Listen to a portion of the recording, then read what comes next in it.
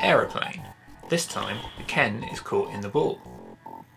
With the Ken hanging down, pinch it with thumb and 2 fingers and pull it backwards, holding the string at 45 degrees.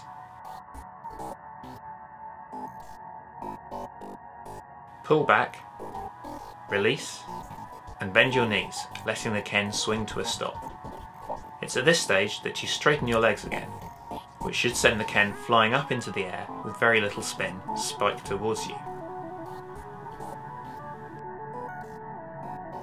Next, you move the ball towards the Ken, positioning the hole just below the tip of the spike.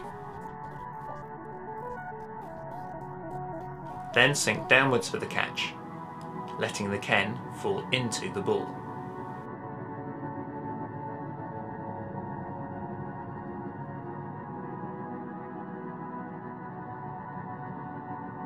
Down, up, towards, down.